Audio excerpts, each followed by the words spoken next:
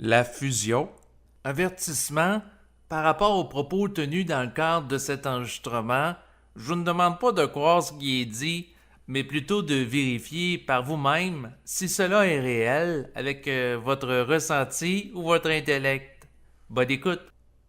Si l'esprit prend contact avec l'âme lors de son incarnation dans la matière et qu'elle est capable d'intégrer son énergie de manière cohérente, eh bien, il va lui donner l'opportunité de se doter d'une identité cosmique se rapportant à l'intégration de son énergie. Il va lui permettre de continuer d'exister comme conscience fusionnée suite à la fin de la vie du corps physique qu'elle a habité. L'âme qui vit la fusion avec l'esprit, lorsqu'elle est dans un corps physique, va continuer d'être en contact avec lui une fois qu'elle ne sera plus en contexte d'incarnation. Lorsque l'âme vit la fusion avec l'esprit, cela lui donne accès au plan mental. Ainsi, lorsqu'elle n'habitera plus le corps physique qui aura décédé, elle va se retrouver sur le plan mental plutôt qu'astral. Donc, elle ne sera pas prisonnière du plan astral, soit le monde de la mort. Ainsi, elle ne sera pas contenue en quarantaine dans cette structure d'énergie en périphérie de la Terre. L'âme en fusion avec l'esprit a un accès continuel à des idées créatives qui lui permet de continuer à se développer et se modifier en tant que créature énergétique ayant un fonctionnement autonome dans l'après-vie. Elle est alors une autodidacte psychique, donc elle n'a plus besoin de se réincarner pour évoluer, car elle peut le faire par elle-même dans l'après-vie. Elle change de statut vibratoire. Elle passe d'un statut d'être planétaire à un statut d'être de nature cosmique. Par contre, l'âme qui ne vit pas la fusion alors qu'elle réside dans un corps physique va devoir se réincarner dans un autre corps plus tard pour poursuivre son évolution et la vivre éventuellement. Donc, lorsque cette âme non fusionnée quitte le corps physique, elle ne sera pas une entité complète sur le plan énergétique. Ainsi, elle n'aura pas vécu le contact avec l'esprit alors qu'elle était dans un corps physique. Elle ne pourra pas davantage l'expérimenter une fois qu'elle l'aura quitté ensuite, car c'est seulement en contexte d'incarnation qu'il peut être établi. Ainsi, elle devra obligatoirement se réincarner pour le vivre. Par conséquent, cette âme retournera alors sur le plan astral après son incarnation. Comme elle n'est pas en contact avec l'esprit, elle ne peut pas se développer dans l'après-vie terrestre et son état mental est stagnant. Cela peut lui occasionner de la souffrance et un sentiment de vide intérieur. Le processus de la fusion de l'âme avec l'esprit n'est pas nécessairement garant de l'immortalité du corps physique, comme cela a été véhiculé par certaines croyances sur Terre. La fusion ne fera pas en sorte que le corps physique qu'habite l'âme va arrêter de vieillir, car l'esprit n'a pas nécessairement pour but de rendre le corps physique immortel. Le passage sur Terre étant une planète école où l'on fait des expériences s'avère souvent pour les esprits une étape en vue d'une évolution et non pas une destination finale.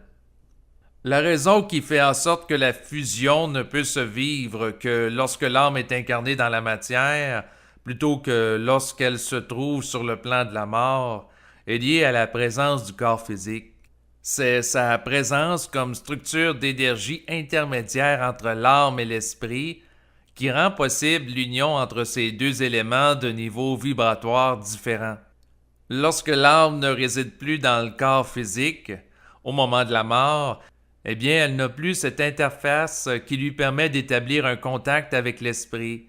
Donc, comme il y a trop d'écart entre les niveaux d'énergie entre ces deux éléments, leur union s'avère impossible après l'incarnation.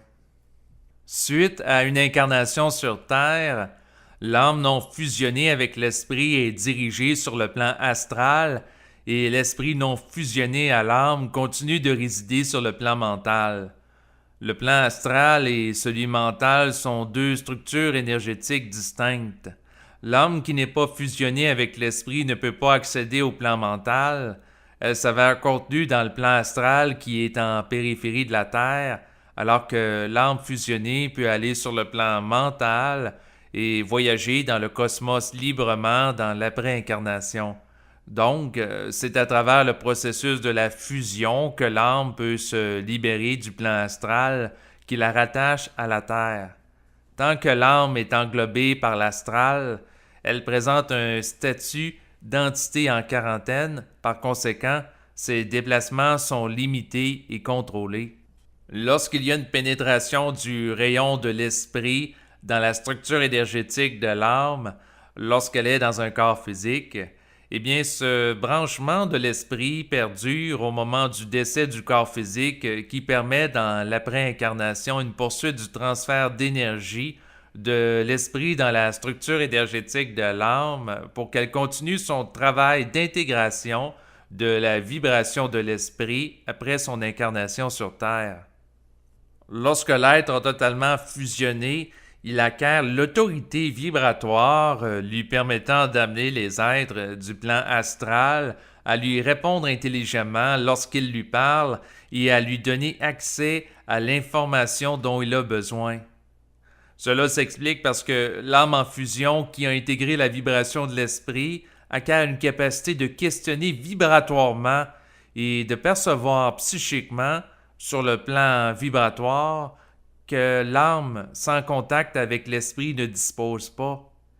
Plus que l'âme intègre la vibration de l'esprit, et plus elle a un niveau vibratoire élevé qui lui donne l'autorité de diriger les êtres du plan astral, ayant une vibration plus basse, et plus elle s'avère capable de faire une lecture vibratoire des propos de ces êtres pour accéder au réel, et moins elle est manipulable par eux. Comme c'est l'entité qui a la vibration plus haute, qui a autorité sur celle qui a la vibration plus basse, eh bien, l'entité du plan astral qui a une vibration plus basse que l'être en fusion ne peut pas le forcer à répondre à ses questions et à s'imposer à lui avec sa volonté. Par conséquent, l'être fusionné est libre de leur parler ou non. Il est en mesure de faire une retenue d'informations et à occulter certaines choses comme les entités du plan mental peuvent le faire. Essentiellement, la fusion avec l'esprit altère le mental de l'individu qui la vit. Elle fait de lui un être qui modifie par la suite ses comportements dans la vie de tous les jours en conséquence. Donc, elle occasionne des êtres qui vont agir dans leur quotidien en fonction de la science de l'esprit. C'est ce qui complète la lecture de l'écrit qui porte sur la fusion.